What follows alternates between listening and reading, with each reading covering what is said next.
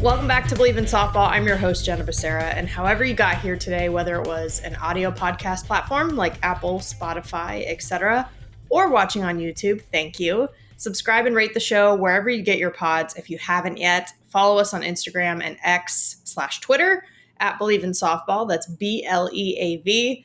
And there's merchandise, people. Click the link in our bio on either of those pages, or you can go to shop.bleav.com to purchase 3 different shirts covering our bases, safer out, and catch you soon. All right, let's go through today's batting order. First, we'll cover our bases. I'll share some callouts from the softball world. Then we'll head into today's interview with Jami Lobpries, a former player whose work has an impact on every level of the game, from the youth travel ball stage through college and pro. So just what a perspective for us to be able to tap into, especially right now. Then we'll end things with the foul tip of the week, where we share tips to help us get better. All right, let's go. Covering our bases. BetOnline is the world's most trusted betting platform and your number one source for everything football. BetOnline has every stat, every matchup, and even live odds and spreads to bet on during the games. Think you know your stuff? Get in on our $200,000 mega contest and pick 5 games against the spread every week for your chance at weekly prizes and a share of $200K. When the game's over, head on over to our online casino and get in on a game of blackjack or poker, or unwind with one of our over 150 slots games. Head to the website today to get in on the action. BetOnline, the game starts here. And fall starts here. I'm adamant that it's still summer, but fall sports are here. And we all know that travel ball really is year-round. We're going to talk more about that today, but we all know there's still plenty going on for fall ball as well. And Rip It has a lot of stuff, from footwear, like the ringer turfs, cleats, whatever you need, to apparel, gear like backpacks, gear bags, accessories, all the stuff we need to play and practice. And they have gear for other sports too, like volleyball and soccer. It's the most wonderful time of the year for those sports as the college seasons get going. So what a time for young girls to be watching and just be inspired to play. Also, just clothes for any athlete, anytime. Training tops, shorts, leggings, sports bras, everything that you need in that regard. We got you as well. Best part is their mission, though, to elevate female athletic performance. They know that women and girls deserve gear specifically tailored to us, quality fit, elite performance, and unique to what we need. The best news is that Rip It is offering an exclusive 15% discount. Just use the code Jenna15 when you shop at ripit.com. That's JENNA15. Experience the same quality gear that helps so many ladies excel. And once again, another year for Athletes Unlimited to excel. Amanda Lorenz is the champ. We talked about how this was a possibility that it could happen, but now it is official. First outfielder to win the AU champ season. And this is after Bubba Nichols also won AUX earlier this summer as well. So safe to say, I think that 2024 is the year of the outfielder in Athletes Unlimited. And because we got to have Amanda on the show in last week's episode, she talked a lot about how important winning was to her, and the winning points ended up being a huge difference maker for her. She ended as the winningest player of the season with 1,280 win points, 75 innings, and she went 11-4 in her games and 8-4 as a captain, which was from week 2 onward, so 12 out of the 15 games. She ended up finishing with 1,800 total points. She obviously was on fire too individually. She was tied for the league lead in batting average, hitting .373. She hit some home runs. She did Amanda Lorenz things. But I think this just goes to show that even though it is an individualized format, it's still about winning, which still means team. And that balance that AU has between those things just continues to be really special and fun to watch. As far as the other medalists go, second place and rookie of the year, very impressive. Lexi Kilfoyle coming straight out of college, doing some damage. You'll love to see it. Third place, Alicia Ocasio, previous AU champ season champion. Fourth, Georgina Korik. And nice to see, the Great Britain women's national team represented there. And in addition to that, Defensive Player of the Year, not a surprise, Aaliyah Andrews, also known as Air Aaliyah. Her, obviously, headlining the all-defensive team, along with Alicia Ocasio, actually, who made the team in the pitching position. The rest look like this. Sashelle Palacios, Hannah Flippin, and Tori Vidalis, all Bleavers, by the way, on the defensive team.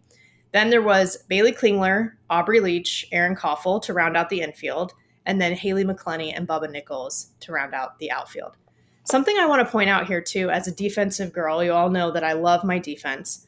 Kind of cool that every single person on this list is a product of a different college program. If you go through it, you take a look at it, you realize, oh, wow, they all came from different places throughout the country.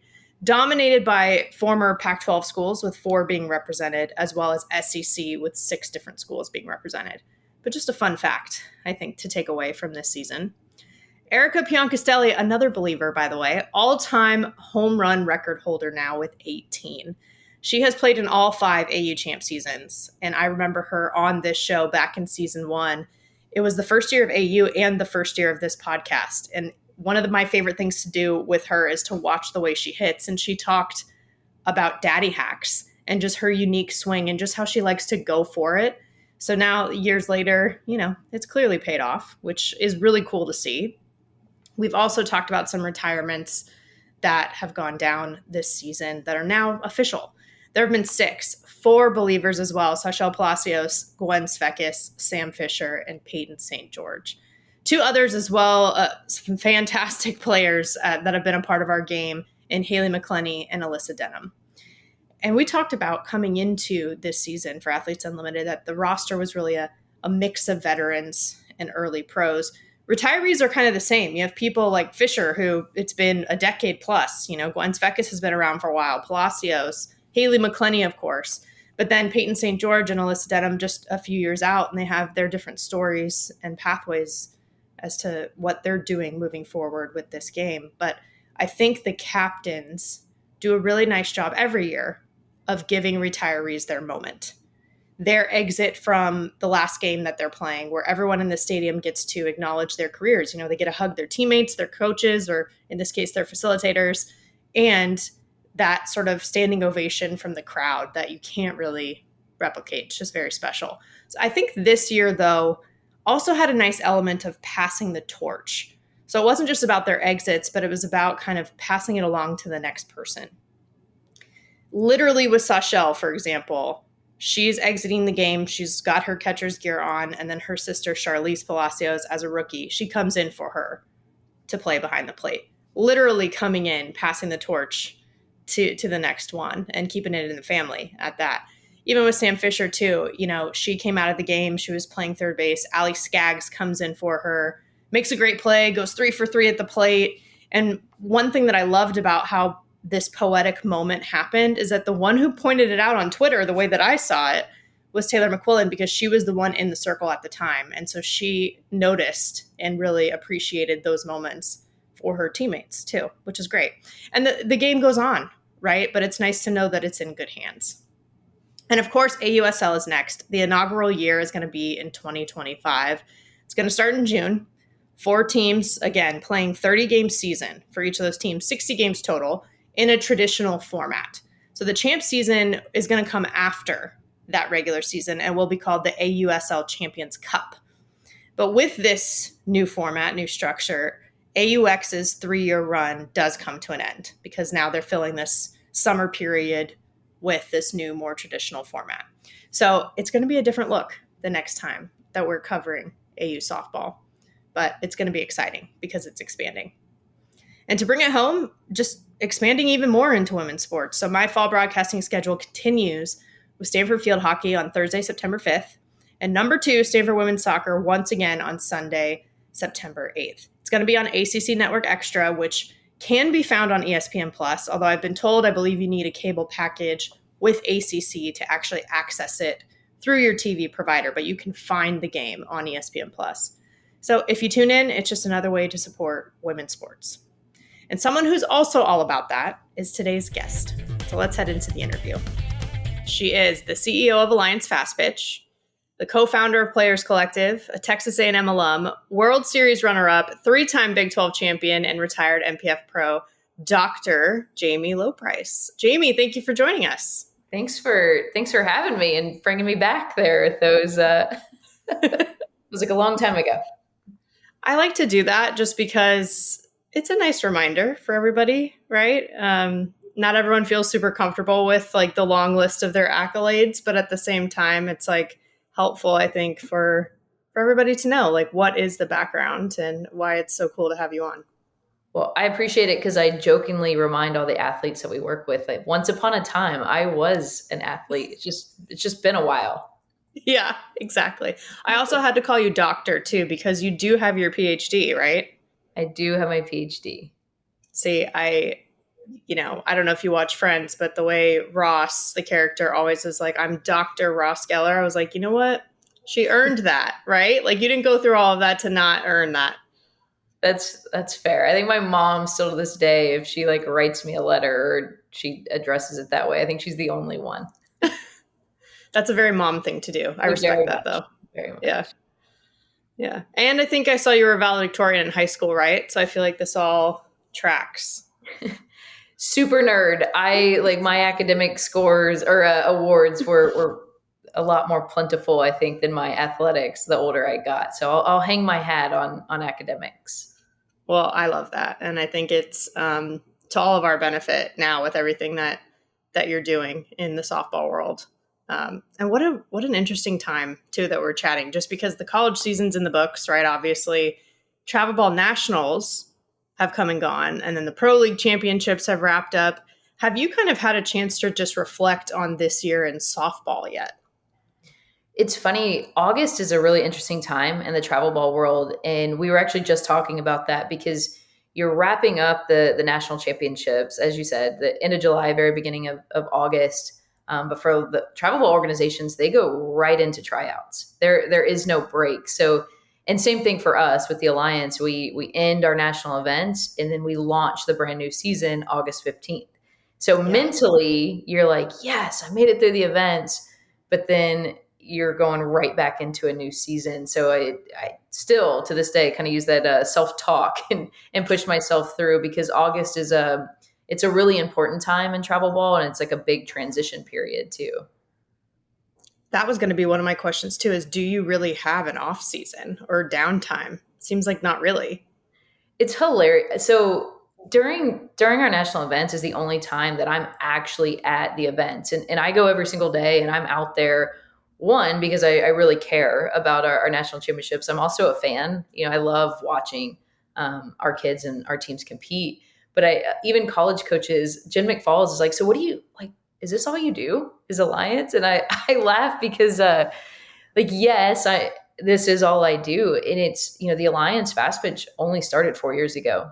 So it's a startup business and I've got 4 full-time employees. I have a board of directors. We have a lot of stakeholders. So for the majority of the year, I'm running the business.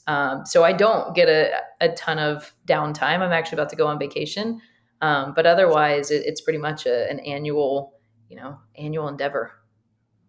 Yeah, I mean, well-earned vacation to say the least. It sounds like I'm glad we could catch you before, but it's a long. There's a lot that goes into it, right? So you're like, yeah, no, it really is a lot of work to put this on, especially because if the travel ball piece, if the teams themselves are going straight into it and they're essentially year-round, of course you would have to be as well. Well, yeah, and our softball is so interesting at the youth level. Even high school softball isn't aligned, right? There's 5 to 6 states that play in the fall. Majority of them play in the spring. There's even one that plays in the summer. You've got different age groups, and it's a very seasonal sport, but it's not all exactly the same. So as a company, and we're working too with partners and with events and with our 9 leagues. So there's not really much downtime. I'd like to say in the spring a little bit, but for the most part, travel ball is a full-time year-round thing. Oh yeah, 100%. One of the cool things that you did in August too was that collaboration with Athletes Unlimited. I love to see that just at the pro level, kind of that connection to the youth level. Tell me more about how that came to be and why that's important to you.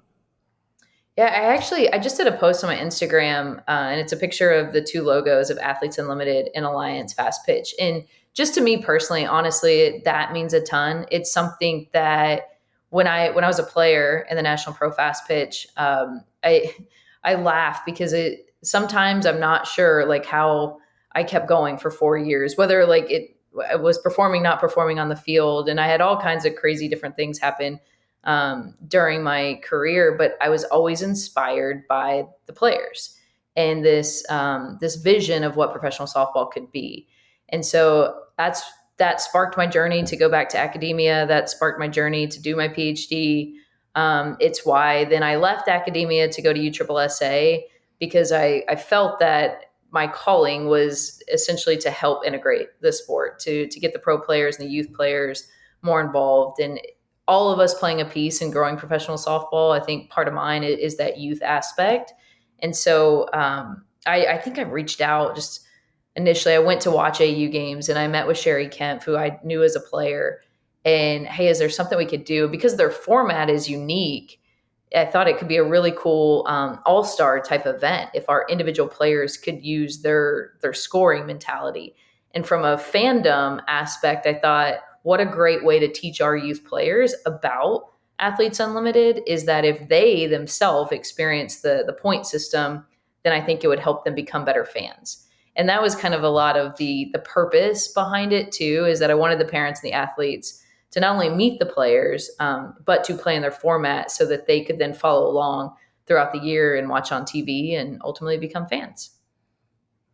I love that because it's serving everyone, right? Or every part of the softball community in the sense of it's growing the fan base for Athletes Unlimited, but then it's also obviously inspiring these young girls to see what they could do if they wanted to take it as far as they could go in this game and play professionally and continue on their path to softball. Because that's what we talk about too, right? Is having girls keep playing for as long as they want. Absolutely. And what's really cool, and this hasn't changed since I retired in 2012, and I think it's been pretty consistent since we were just out there. Those players are incredible people first. And the amount of time that those pro athletes spent with our youth players and just the advice they gave them, the energy they gave them, just showing up, the accessibility of those pro players, it's still inspiring to this day. And we had, off the top of my head, I bet we had 14, 15 different, maybe even more, AU pros that spent time in some capacity with our youth athletes, whether it was panels, a few of them led practices, a couple of them played in the home run derby with them. Like, it just is so powerful, I think, for those youth players to get to talk to, get to listen from, get to hear from these women that they've been watching. And just shout out to those Athletes Unlimited professional athletes who were great role models and ambassadors for the sport. And there's 60 athletes and Athletes Unlimited at any given time ish. So that's a pretty good chunk of the athletes that they got to interact with, which is really, I think you're right, telling to how they are as people. Absolutely. Yeah, and battling schedules, and right, they're in their season. So I want to be respectful of that too. There probably would have been more, but a lot of them had practice and different appearances and things as well. Totally. It makes it even more impressive, to your point. And I saw in your bio too that you have 2 nieces. And I'm also a very proud aunt. I have a niece and a nephew. My nephew actually loves baseball. He's 9 and he still doesn't really understand. He thinks his dad is the greatest at everything, right? My brother, he doesn't really get that, like, no, hey, I'm actually better than your dad at baseball or softball, and he's like, no, you're not. He doesn't really get it yet. But then my niece is older. She's actually in her senior year of high school, which is crazy. Played a little bit of softball, but just the inspiration that element of your personal life brings, I can relate to so much. And I love how proud and open you are about being an aunt, because I just agree. I love it. I read something that God created women. Anyways, my role is not as a mom. It is definitely as an aunt. I think I have a gift there. But and my sister's my best friend. So watching her two daughters grow up and be a part of their lives. And now that they've found sports and they've found softball, it's really special to me. It's more inspiring to me. We recently just changed our age rules to align with USA softball. And literally, my 8-year-old niece yelled at me because the age rule, she didn't get to play with her friends. And because it like split their age group up. So hilarious of like how that shapes some of the decision making. But it's so funny that my oldest niece, who's 11, they have been very fortunate of the different professional softball players, college softball players, the events that they've gotten to go to between Athletes Unlimited, the World Series. She now just walks up to people like, "Do you know my aunt?" And bless these girls, they'll be like, "Who's your aunt?" You know? She's like, "Well, it's Jami Lobpries." So it's just funny now they do think I'm cool, which I will take for as long as possible. But I'm definitely proud to be able to just introduce them to strong women. It's obviously in softball, but just enjoy being a part of their lives in that way. I totally agree. The being cool part, like hanging on by a thread. My niece still thinks I'm cool, I think, a little bit because I am her youngest aunt. My brother's like 10 years older than me. So on the other side, her aunts are older than me. But that part it's such a special thing. Like this could be its own episode, honestly, us talking about this. But just, I think that kind of comes into play too when you meet like all your teammates' kids and like that sort of role as well. It's like this extended family aspect where, you know, you are just another resource for them or another person that they can go to with anything. And everybody knows, parents, they have it the toughest, right? They're never the cool ones to their kid, unless I guess my 9-year-old nephew loves my brother, but we'll see how long that lasts, I'm rooting for you. Yeah. Being the cool aunt. Yeah. I pride myself. That's just another title there. Yeah, totally. But I can see how that would very much fuel your passion for what you do. Because this is the other part too, especially because you have no downtime essentially. Like, sure, you're getting a vacation, but you're going right into everything right when you get back, How do you in your life work through even when you're tired? Because we all get tired, no matter how passionate we are about something, no matter how committed we are to a cause, we can get tired, So how do you keep going through that? It's a great question. Honestly, like I do think recovery, I think breaks are super important. Sundays for me really are a day of rest, and shutting off and take, because to me it's like a reset button, and stepping away every now and again is mentally important. It's just like being athletes, right? You need a rest and recovery, at least a day.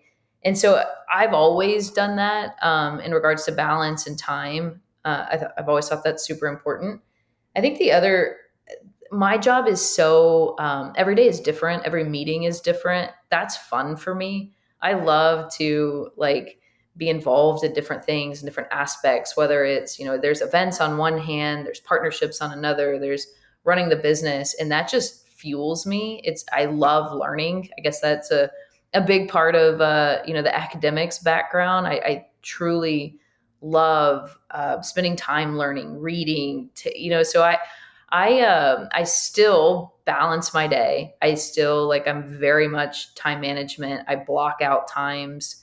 I block out me time. Like working out is part of my day, and it's a good, like, just another kind of recovery step away. So I'm always incorporating balance, I think, into my life. And I think that's what gets me through, because it's a grind. Especially like we just wrapped up basically 3.5 weeks on the road. And I'd be lying if I said like, hey, every day was great.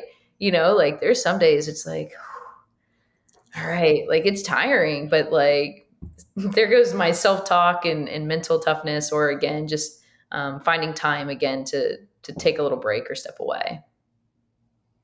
No, I love that. I honestly am kind of asking for myself because I get tired too, doing all this, but we love what we're doing. It has nothing to do with that, but it's just, utilizing those skills that we learned as an athlete too. Like this is, even though you're talking about it in a professional aspect now, for even kids listening to this, like this is the type of thing that you learn, especially through college and through the game itself. One of those life skills that comes into play that you do use forever.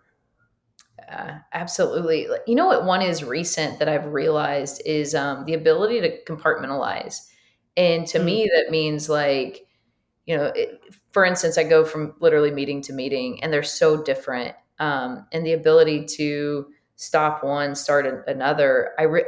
I guess I just took that for granted that I could do that, that everybody could do that. But it truly is something I learned. Like even being a student athlete, you know this, right? In college, like going from class to workouts, back to class, then to practice, then to study hall. Like you're kind of always, it's literally, some will say time management, but I also think the ability to like go from one thing to the other is truly a skill that I learned and like out of necessity, right? Had to do it. Yeah, and the be where your feet are part, so important. I remember our coach in college used to say, like, leave everything else outside the gates, right? Like you're at practice, this is what you're focused on. I know you guys have a lot of other things going on in your lives, but leave it all at the gates and focus on what you're doing here and kind of taking that into all of those things, right? Class, whatever it is. That is harder than it sounds sometimes. But I agree with you. Something else that was eye opening in college for sure. That's a great, so important too. And I think that's why I loved practice. I thought that we were at an advantage as college students because for 2 hours a day, like I just got to go play softball or however long practice was, 3 hours. Like that's a blessing to me. That is Yeah. something like I don't have to worry because we all, as 18 to 22-year-olds, had life issues, relationships, family, school, all of that. And to me, it's like, I can turn all of that off and just go play softball. And Yes. that's how I viewed it. And I guess that's still to this day kind of how I take everything in stride and view things as well. It doesn't mean that there's not stuff going on, but being able to, like you said, be where your feet are and being present, I think is really powerful. 100%. I used to think, okay, well, I'm stressed, but at least I get to go hit and throw things, right? Right now. So It true. helps a little bit. Yeah, no, I think these are all, again, I'm also absorbing, and that's one of my favorite things about doing this is like I learn so much too. To your point about the lifelong learning thing, I feel like people say that a lot, right? Like, oh, well, like always be a student of the game or be a student of your craft or whatever it is that you're working on. But it's like, what does that actually look like? And I feel like you've given us a little bit of a glimpse into that. Oh, I'm always, we can never stop learning, right? And you look at even in our softball world, you look at the best coaches, you look at the best players, they're constantly trying to go get better, right? Like get that Yeah. advantage over the competition. And I'm sure, Patty Gasso is out there. How can I improve? How can I get better? And that's how I just take life in general, right? Like, and I study a lot outside of softball. I always have, and Yeah. just whether it's studying different entrepreneurs, different business, different women who have paved trails, and that's just really important to me. I like listening to stories and kind of learning, and then trying to apply it to my own life, and then obviously trying to apply it to softball too. But I truly think learning is fun. I think being a nerd is cool. Like I think in my second life, I'd follow your steps and go to Stanford because it's just fun to me, and I love meeting new people and stories as well. Obviously, I agree, right? Like, I love nerding out on things and things that aren't even softball related. Like, I'm really interested in British royal history. So I go deep into all of that stuff, right? Like, it doesn't just have to be about softball or just be about, a specific career path you're taking. But I'm with you. Like, if you have an interest in something, to just dive into it. Absolutely. And I think that's important for young players. Like, good for you that you had, because we can get really consumed in softball Yeah. and our outcomes and our performances in softball, and even people that work in softball, we can get really consumed. I am a big fan of not just doing the same thing over and over again. So Mm, I think learning outside. I study a lot of other sports. yeah. I grew up playing soccer, and I think that there was a reason for that because now I didn't play travel softball, not for very long. And now I work in travel softball, but I think the ability to learn outside of our, our own context, our own industries is super important.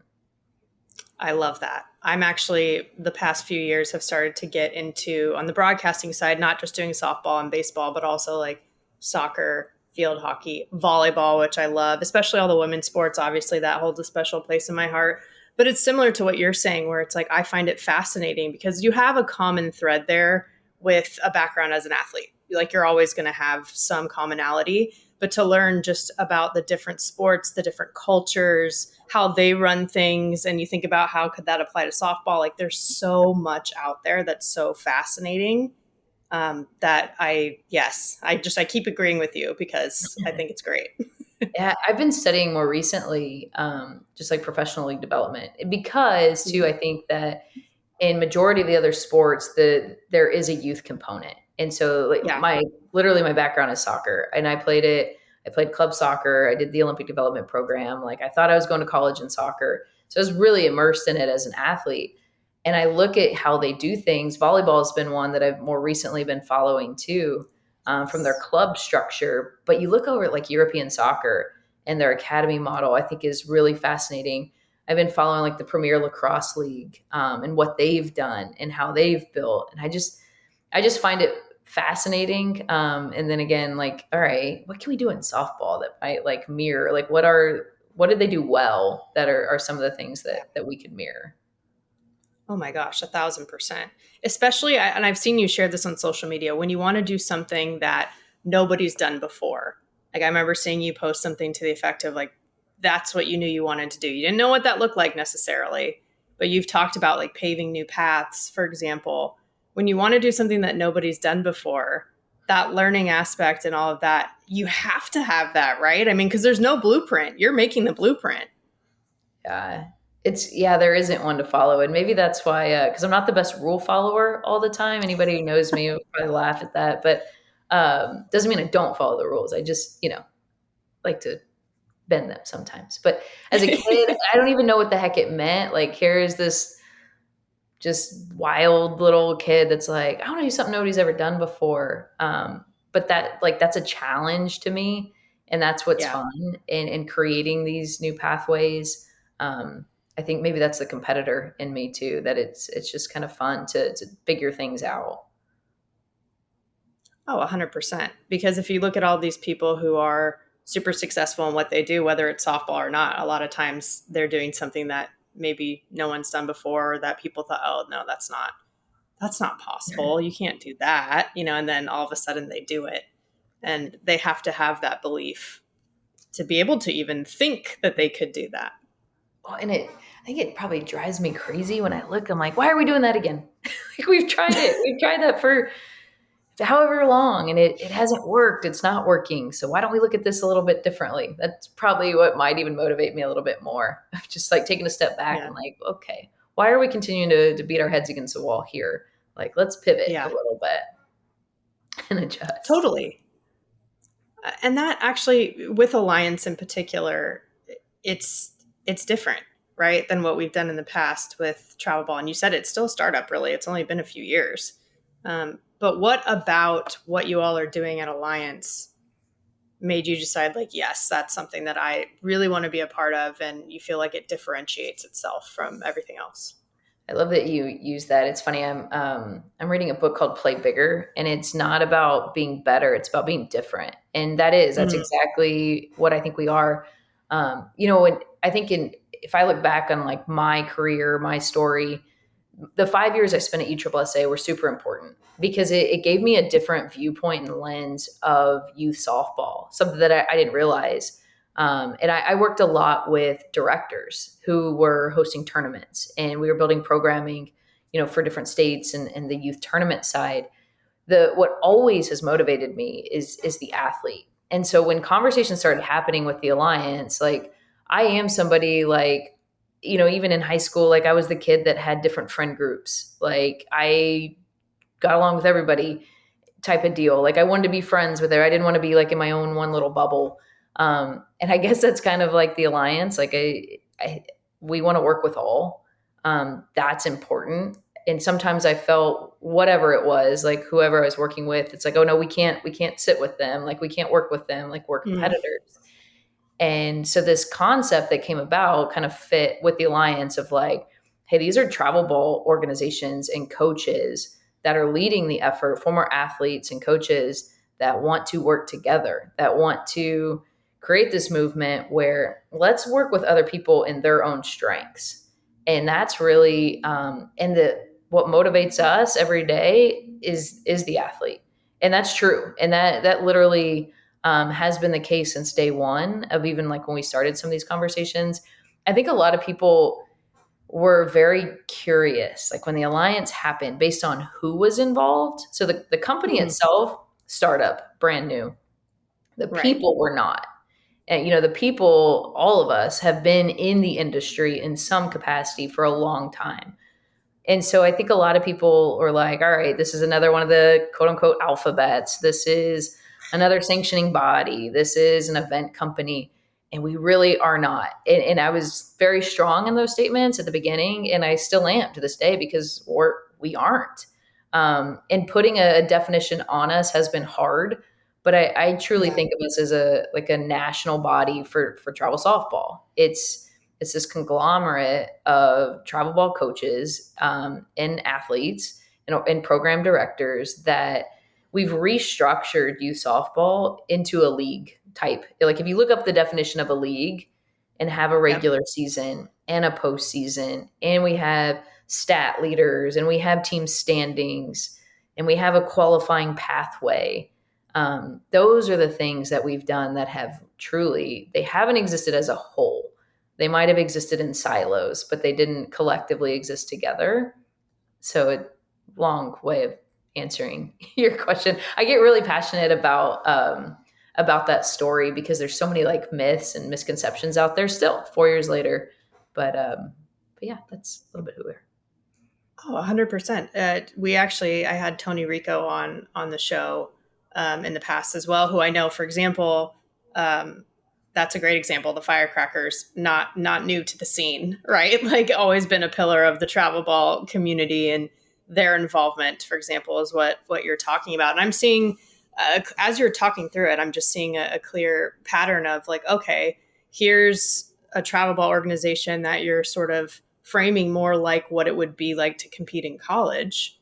And then you also had the event with Athletes Unlimited where you're allowing at a youth level them to compete the way that they would if they were playing professionally in Athletes Unlimited. So that sort of pattern is really cool too, that it just sort of hit me as you were talking through it. When I keep using the word pathway in softball, it's Yeah. interesting, right? Like I feel like our competition pathway, like we probably all started locally of playing for Mm. whether it's little league or whatever, your rec association. And then for those of us who made the all-star team, you get a little bit of taste of playing in tournaments. And then for Yeah. those families that commit to it, it's like, okay, like what's the next step? And we start playing travel ball. And then like you're searching for tryouts, like a lot of us can Yep. share that story, but there's never been a group out there that kind of helps point you in that direction of start here. Like all of our goals might look different at the end, but like what's the next step? What's the pathway? And helping parents and poor parents out there, man, they've been misguided because we've been an industry run by events. And I'm not saying that's a good or a bad thing, but it's like if just events are running it, then we're not really helping the parent. We're really just kind of talking to the coaches and trying to get teams here and move. Like let's help the parent on their journey, and really their journey starts in their club, in their organization. And Yeah. even like we've built pathways through clubs, right? Like you might start on the 10U team, then you go up to the 12U and you're on the 14U regional team, and then you make your national team like within your own. We used to call it gold, by the way, right? Like, and now it's Yes. Yep. now it's national or it's premier or like everybody puts a term to it. To me, we were doing that through the orgs, but why aren't we doing that through the sport? And so that's where Alliance works with the organizations, and I think we're helping create this player pathway. Mm, I love that player first sort of mentality. But you said it, I think it's a great point with the parents because, everyone knows stereotypically how many memes are out there about how difficult parents are, especially in youth sports. And I'd imagine it is challenging, but you're helping to serve them as well. So, which in turn helps serve the player, which I think is important. But what do you think the best things that softball parents can do for their kids that are playing? Whew, great question.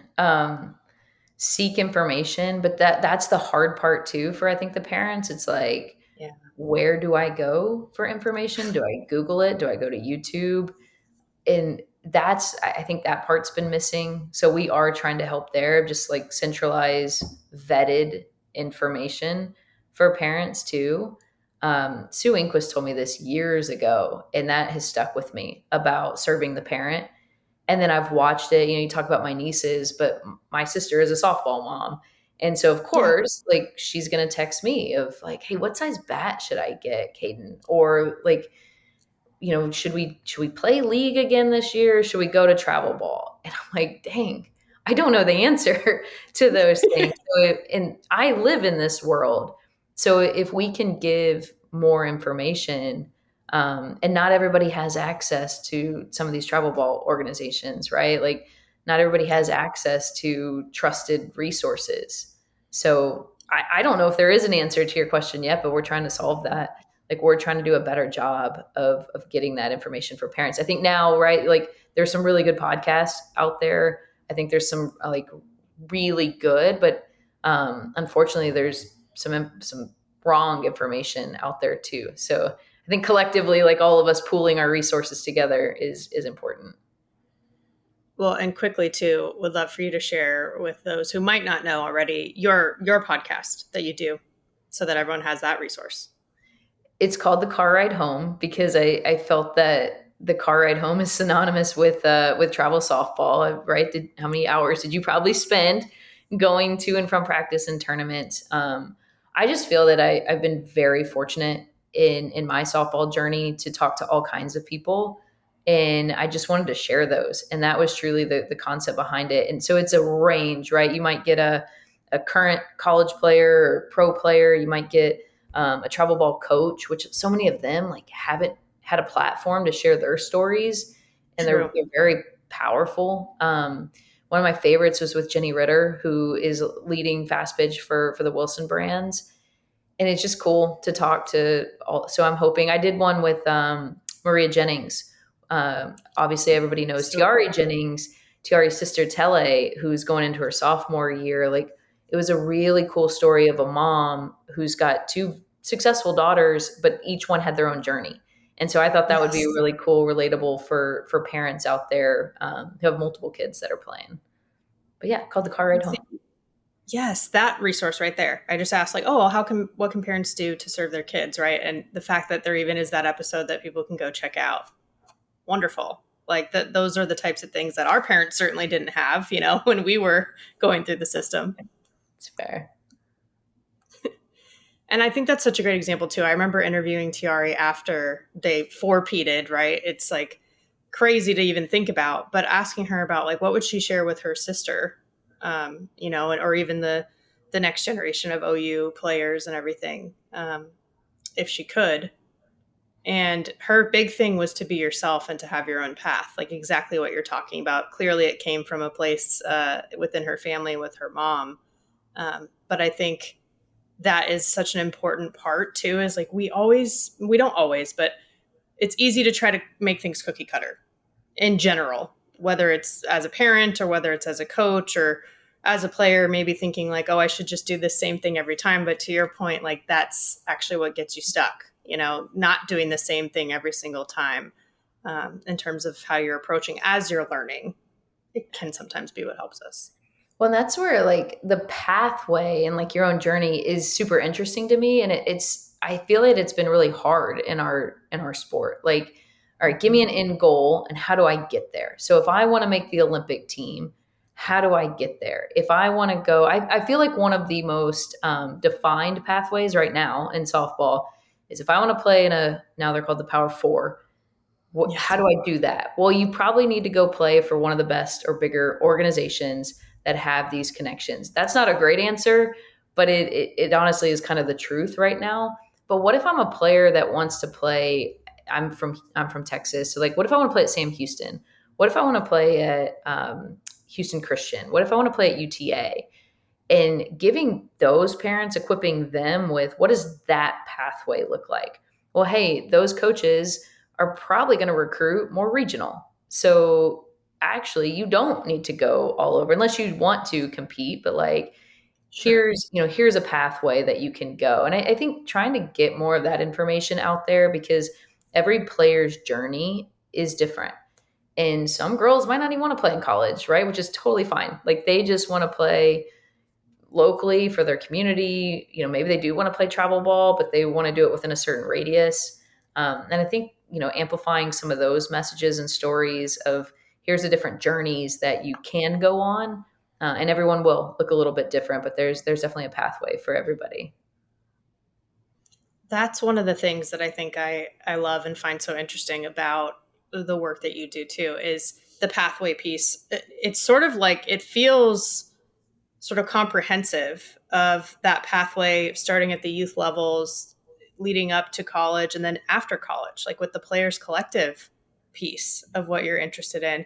Sometimes during college too, of course, with NIL and all of these things going on. But I mean, the AU champ this year, Amanda Lorenz, right? Like our friend, she is represented by Players Collective as the talent agency. So to me, what I think is so cool is that you're kind of creating this pathway through the whole life cycle of what someone wants to do. They can take it as far as they want. Like you said, if they don't want to play in college, that's cool. You still have that pathway for them in the youth levels. But if they want to keep going, that pathway still exists. Yeah, that's really cool that, and I appreciate you in recognizing that it is a big time passion, which, by the way, shout out Amanda Lorenz of the AU champion. I'm such a Yes. Lorenz fan, on and off the field. Like, she might be my favorite player to watch hit. It's so fun. So But good.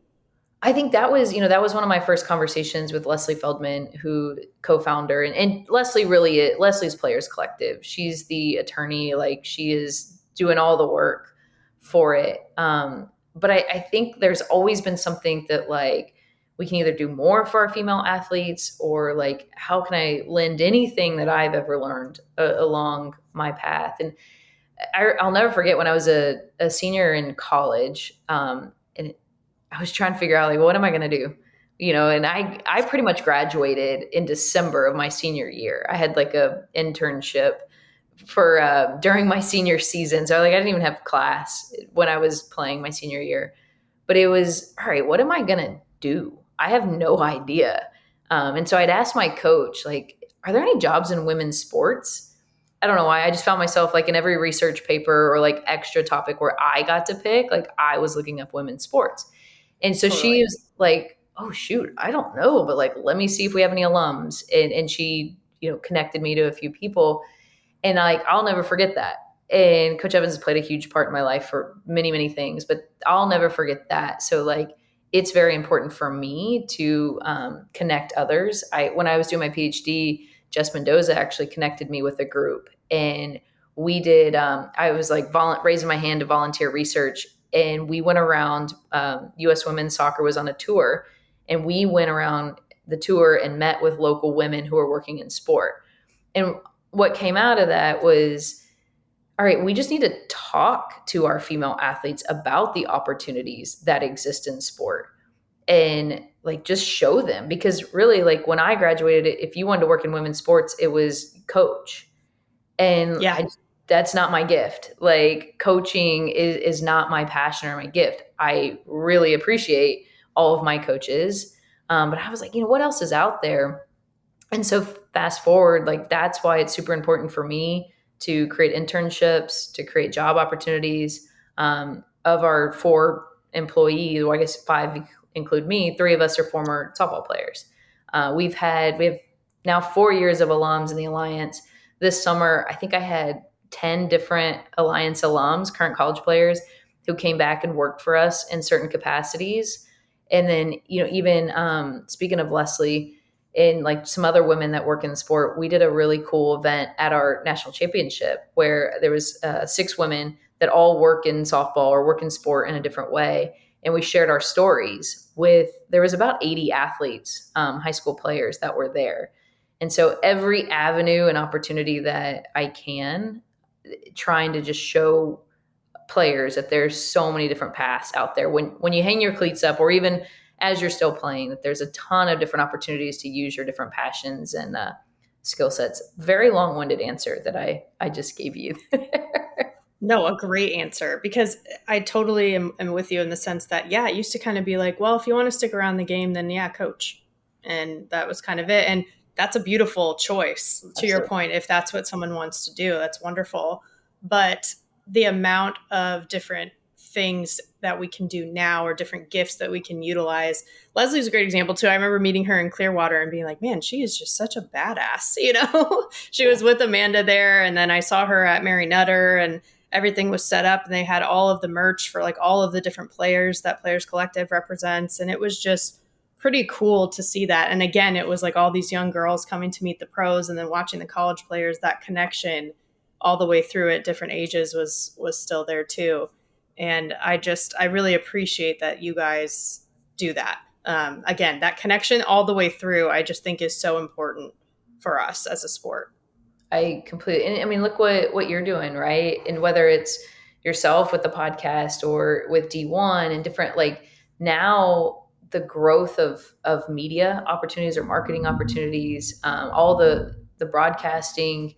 Like, I remember Amanda Scarborough is my best friend, or one of my college roommates, and I remember when she first started broadcasting, and there were like no opportunities, and even to get Yep. reps, it's like, how do you get reps at this? And she came down to some youth events for us. But like, now, especially with like SEC Network, ACC Network, there's so many opportunities, which is fantastic. And I'm a big proponent of, let's just make the pie bigger. Let's create more opportunities for our athletes. I love that mentality, because I think, especially as women, right? Like, historically, there have been less opportunities. So it can make it easy to feel like, oh, maybe we should be competitive about this and hold our cards close to our chest. We don't want to give too much away, but that feels like it's been changing for a while, and that it's continuing to change, because maybe we all can do and contribute in our own unique ways, rather than, it's kind of like what you were saying, even about the travel ball piece with Alliance.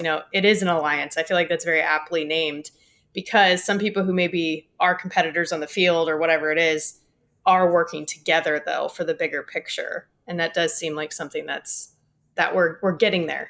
100%. And people probably will not believe it, but we meet every Wednesday as the Alliance for all the leagues. And the personalities, the years of experience, the history between some of those people on the field is crazy. But there, we are collaborating. Like, we are actually working together. We don't always agree either, and there's some challenging conversations, but there's a respect level, and that's the important part. But it's just Yes. like, I was talking to Karen Weekly about this, actually. Like, I would imagine SEC meetings, right? Like, can you imagine in those SEC softball meetings, or take any conference, like the personalities?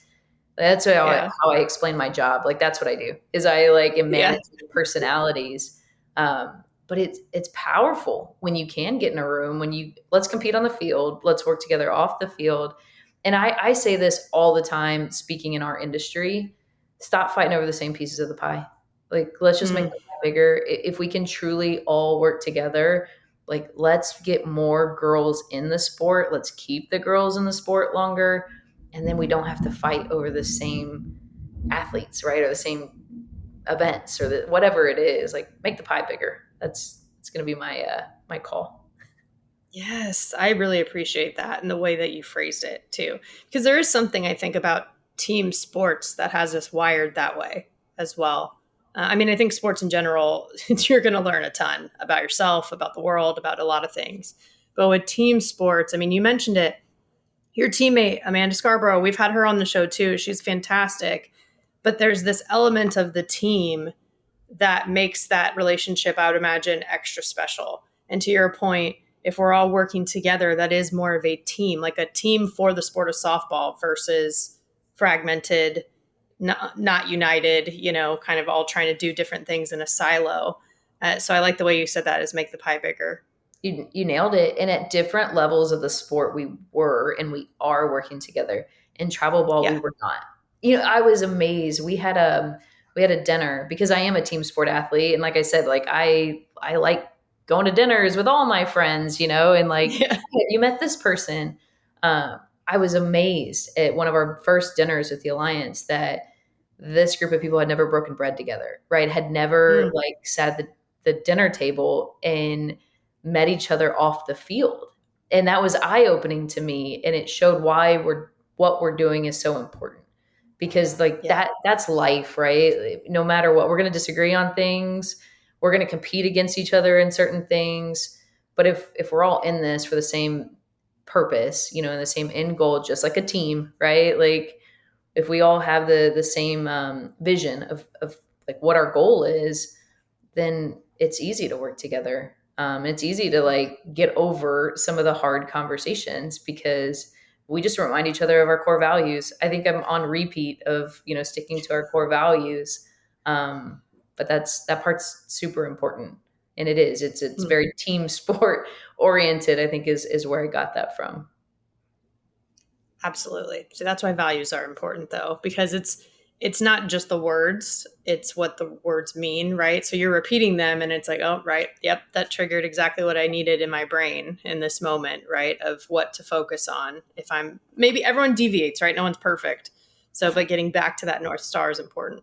And yeah, and we live it every day, right? That's why even for me, it's kind of fun because like I don't coach, I don't run any events, I don't have any kids, so like I am the most neutral person in the room when it comes in, like, and I think that helps too, of being able to live out our core values of the Alliance and come from a place that I truly care about the athlete. I truly care about the sport of softball. Like this is Yeah. like my goal in all of this has always been I want a sustainable pro league. Like I want when we get done in 2028 Olympics, like I want those players on the biggest stage. I want them to be making a living where they don't have to have a second or third or fourth job. Like, and I think there's enough people now, and I'm excited about the AU softball league too. That like that's what we want. Like we want our girls to have more opportunities, and I want them to have more professional opportunities too. And a lot of us have been grinding for a really long time so that this can happen. I'm excited about some of the things that are shifting in our sport too, and I think we're close. Like I think we're getting there. Yes, I'm very excited for AUSL as well. It was really, really cool to see that announced at the World Series. It just felt right, for that to be the case. But this is why too. I think it's awesome. You're like, one of my big goals is to create a sustainable pro league. You're in the day to day at the youth level, but that's how connected all of these things are. And obviously, Players Collective then plays a part in that too, because it's not just the league itself, but it's like, how are we supporting the athletes, right? And I think Players Collective really fits in with that entire thing as well. And so again, that's why I'm just so fascinated by everything that you're working on. But it's my story is truly a testament to the women, the people before, or that even I played with, or that have followed. I'll never forget. I was in 2010. We were in the NPF, and I'll make this story quick, but it's when a lot of the players from USA softball had stepped away from USA softball because it was out of the Olympics, and those players felt that them going to a pro league was going to help opportunities for more girls. And Yeah. Sherry had them stand up, and it was Monica, it was Kat, it was Lauren Lappin, it was Natasha, it was Jess, it was Ashley Charters, and I'm like, Yep. I'm just sitting in the room like, okay, Caitlin Lowe, like that's awesome, and I'm inspired. Like I was their peer, but I'm inspired. So like things like that and what other women have done is super motivating for me. And so if I can play a small piece of that, and apparently my piece is through the youth, then I just hope I can be like a really small piece in this big picture that we're trying to paint for softball. Yeah, I think more than a small piece, in my opinion. But I just think it's wonderful what you're doing, and that's one of my favorite things too about having these types of conversations. Is every time it's like you end up telling each other, I'm sure you've experienced this on your podcast, like keep doing what you're doing, because we need all of these different parts, right, to be successful as a community. Absolutely. And you're spot on. I know and same goes to you, right? I would put that back on you as well. Like we all are part of, one bigger body in softball, which is funny. That is why we called ourselves the Alliance, by the way. And it was very, very strategic in the naming. Yes. Well done. Great strategy. It comes across well. Branding is my other passion there. Yes. Well, it's part of the spirit of being an entrepreneur too, right? That is part of what comes with starting something new. So it makes total sense. Absolutely. I could keep going on forever. Before I do the wrap up, though, I did want to ask you, with all of this being said, everything we've talked about, I could keep going seriously forever with you. But if you had to describe the future of softball in 3 words, what would they be? Oh, in 3 words? I know. It's a hard question. It's not really fair, is it? Man, I'm too long-winded to do 3 words. This is the first thing that came to mind, but competitors working together. I think I think that obviously it's what we're doing with the Alliance. I think that can even grow, and it should. Whether we're talking about at the pro level, college level, youth level. I think in order for our body of softball to grow, that is going to be a big part of it. No more fragmentation. I love that. Fragmentation. There you go. There's 3 words. Oh, there you go. Look at you. Crushing it. That's awesome. Yeah, I love that. I think that encapsulates a lot of what we've talked about really, really well. I'm a words person, so yeah, trying to be short and condensed. Same. Like this isn't fair at all. I would struggle to narrow it down, and I'm like expecting you to, but you did it very well. Thank you. Well, to wrap up, I do play a game with everybody that comes on the show. It's called Safe or Out. Basically, I just bring up a topic, and if you like it or you agree with it, you call it safe, and if not, you call it out. Okay. Nervous. Okay, so the first one is playing more than one sport in high school. Safe or out? Safe. Totally do it. You did. Is that right? I mean, you said soccer growing up and everything, but yeah. Totally I think there's something to it in terms of like your body as an athlete too. The overuse injuries happen when you're doing the same thing every day for years and years and years. But if you use your body in different ways, right, that can be helpful. Sure. And mental, right? Like it's something new. Each season is something new. And that made it fun for me. Yeah. Nice. All right. Next one is recruits going on visits to colleges and doing photo shoots in that school's uniform, before they've committed and everything.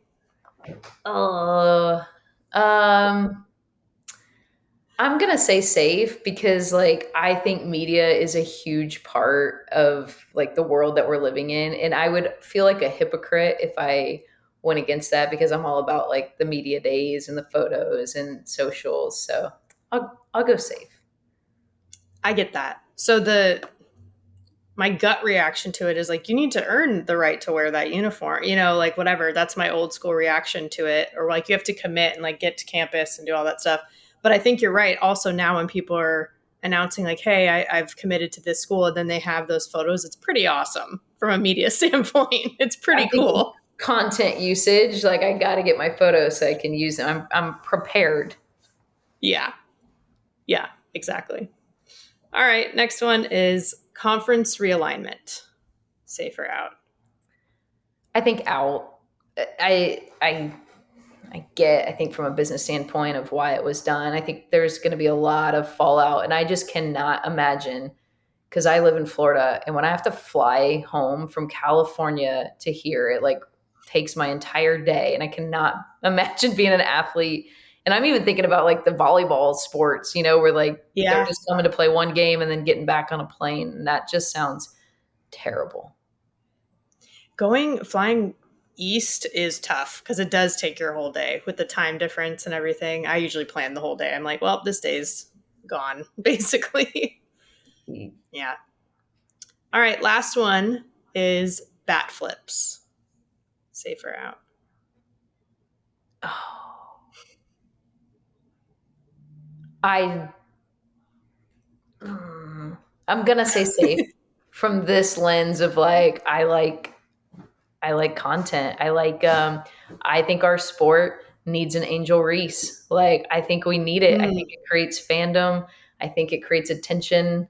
So I'm going at it from that angle. I'm not saying I would have done it, but I think it Yeah. does create, it creates conversation that's needed for fandom and for media.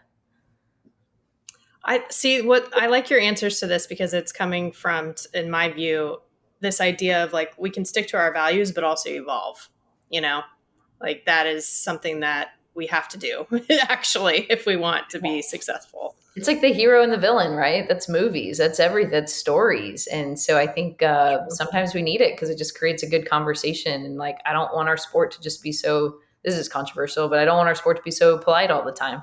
Like we need some characters that creates a larger fan base. That's fair. I think I totally understand that.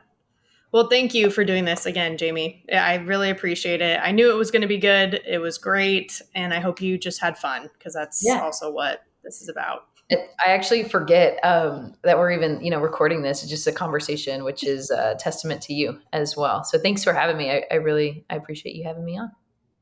Yeah, no, I appreciate that. That is how it's meant to feel. So thank you.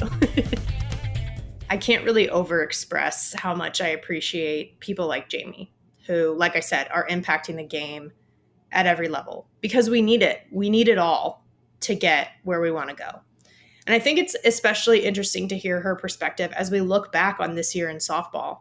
Now that all the championships have been won at every level, there's no progress without reflection. So it's an interesting time right now of the year for us to be able to do that. And I hope you learned as much as I did from her, because I think we can all take a page out of her book in being lifelong learners.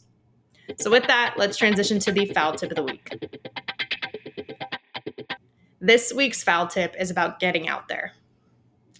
I was thinking about Jami's journey that she shared with us and just really appreciate that she just gets out there. She wants to support young girls in sports. All right. She leads a national travel ball league with Alliance, right? She wants to create more opportunities for pro softball players. Okay. She becomes a co-founder of a talent agency like Players Collxctive. She has a passion, or she wants to do something, and she gets out there and she does it. And there's no guarantee of success. There never is really in life, let alone sports and anything else. But she does it. And I think talking with her about being an aunt and how proud we are of that role reminded me of some memories this summer too. Some of those small moments that make you feel this way, like with my niece and nephew, where I was just so glad that I got out there with them. For example, my family does an annual beach trip, just the extended family with the cousins, aunts and uncles, everyone on my dad's side, the Becerras. It's usually in Huntington Beach or in Orange County, SoCal. We've been doing it for, 15 plus years at this point. My nephew loves the water. He always wants to be out there. He asks me, really, and anyone else too, but he'll ask me to go with him a lot. This time, we had a couple of boogie boards, and I was teaching him how to use the boogie board, and he was having fun. And he finally, though, asked me, he's like, "Are you going to do it with me? Like, go get your boogie board and we can do it together." And, I wanted to. But then you think about all these dumb reasons not to do it also, right? Like, oh, I don't want to get my hair wet, or I don't want to get sandy and dirty, and I don't want to look silly maybe in front of all these strangers because the beach was packed, right? If you kind of wipe out, then all right, I guess everyone sees it. But I just found myself so glad that I was like, you know what? Yes. And I just got out there and did it with him. And I think we both had more fun because of it. I had a good time. We got to make memories together, and just not holding back felt really good too. I think kids are good at that, but we lose that a little bit as we get older. And it's the same reason I've never said no when he asked me to play baseball in the backyard with him. Even if it's 100 degrees outside, I always end up saying yes. And it's funny because, you feel a little bit older because I'll tell him, all right, I need a break. And he's like, why do you need a break? He's only 9, so he's got all the energy in the world. And, I'm past my prime, but I still just love getting out there with him. And we talk about how athletes want to play free. We never know what's going to happen, right? And in the bigger picture, it's not just playing free, but it's living freely. Like I said, kids are really a great inspiration for that, as I think Jami would agree based on our conversation. So whether you're riding some waves like my nephew or trying to bring innovation to the women's sports industry like Jami, it starts with getting out there. So that's it. Get out there. That's the foul tip of the week. You've been listening to Bleav in Softball, part of Bleav Network and presented by BetOnline. The show is available anywhere you get your podcasts, wherever you listen, including Bleav.com and YouTube too. Subscribe to the show, rate the show, and if you liked it, write a review. Follow us on X/Twitter and Instagram at Bleav in Softball. Again, that's BLEAV. You can always reach out to me personally on X/Twitter at Jenna Becerra01 and Instagram at Jenna Becerra as well. As always, thank you for tuning in and catch you soon.